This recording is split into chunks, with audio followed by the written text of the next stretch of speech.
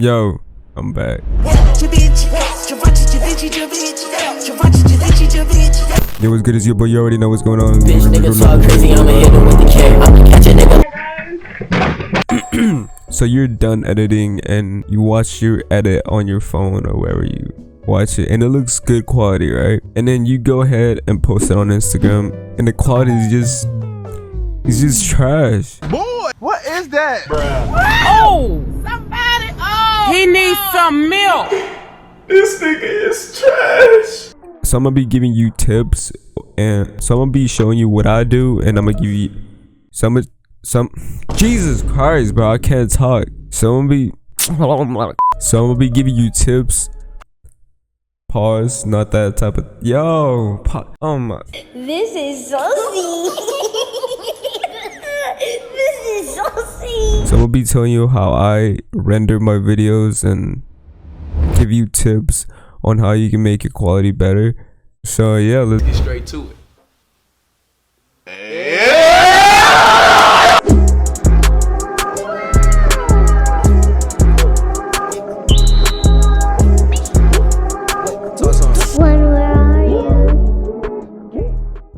So I'm using this edit that I posted on my Instagram like a couple days ago, probably like 2 days ago. If you're not following me on Instagram, what are you doing? Like, literally, you're weird for not following me. Hi, you available tonight? Oh my God, you taking what is mine, but it doesn't make it fine for you to lie. Alright, so the first thing we're gonna do is we're gonna go over to the layer, new, and we're gonna add an adjustment layer. Now it's all the way down here, so we're just gonna put it up here. And then on effects and presets, we can type sharpen. Okay, so we add sharpen to our clip. Nothing's gonna happen because the sharpen amount is at 0, so we have to boost this up a little bit. Make sure you are on full quality right now, at least on the 1 frame, so you can see what you're doing. And then just boost the the sharpen up. As you can see, if you put it really high up, it sharpens your image, but of course you're not gonna have it this high. I usually put mine at 90, and 90 does really good, so I just keep it on 90. There's gonna be some type of borders right here, and you may not like that. I don't know why it does that, but to fix it, basically you just have to get a motion saw. So get motion saw, put it on your clip. You're gonna have to put this on top of the sharpen. And then for output width, put this to 400, and then for the height also 400, and then just mirror the edges, and as you can see, they're gone. So yeah, it's a little fix if you don't want that to be in the way, you know. Also, another tip, make sure when you download your pictures, make sure you don't screenshot your pictures like on your phone and then send them to your computer. Or if you're editing on phone, don't screenshot your pictures, because when you screenshot, it compresses your picture a little bit. It's not too much, but it's still a difference, you know what I'm saying? So try and download the image. There's a lot of downloaders that you can get. So for me, I can just download the image by clicking on this.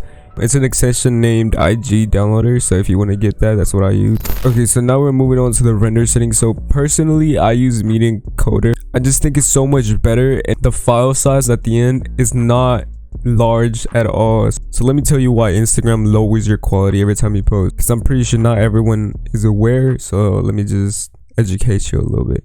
So whenever you post an image or a video, usually for a picture is better quality, but for videos, it usually compresses your video to the smallest size possible. So what it means by that is your quality gets a little worse, or your quality goes down a little bit, because the size of the video is too big, so it has to make the size smaller. So basically you have to avoid having a large file, and that's why render settings and stuff are really important, because you could render at the max quality, but your video could be like 2 gigabytes, and if you try and post that on Instagram, it's gonna shrink your 2 gigabyte video into maybe like 10 megabytes, and that's really small compared to 2 gigabytes, and it's gonna sacrifice a lot of the quality. You see what I mean?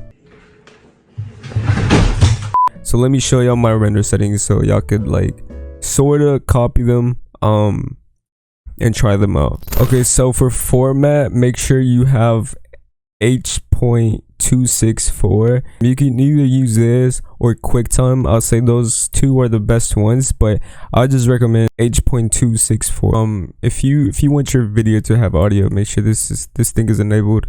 And right here, output name, this is the name of the file and where it's gonna save. So just click on it and save it wherever you want, but I'm pretty sure you already know that. So here, this is the important things right here. Now we're gonna keep all of these settings how they are.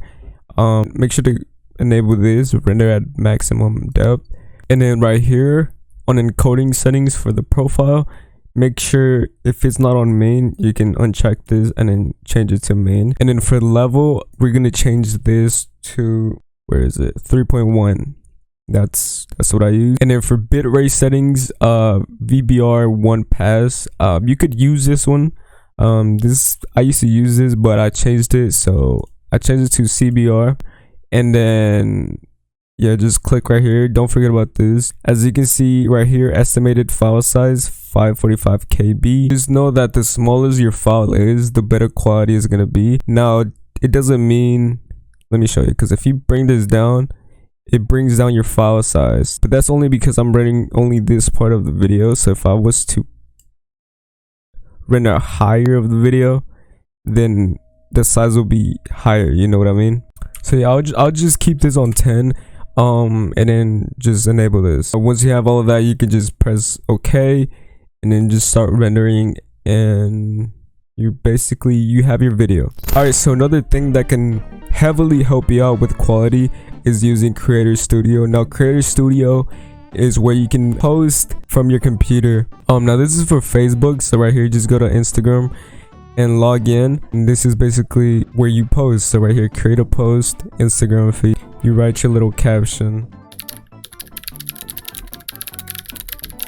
and then you basically click on add content file from upload. Once you click on the file, it should be here, and then on cover image you can select custom upload, add an image that you want to set as your thumbnail, or you can use a video frame, which I usually put my thumbnail the first frame of my edits, so just have it right there and then save thumbnail. Once you're done, you can publish. You can also schedule a post, which I don't know, I really could do this, but I'm kind of scared that it won't work. I'm pretty sure it does work. I don't know, I just prefer pressing publish on my own, basically, you know.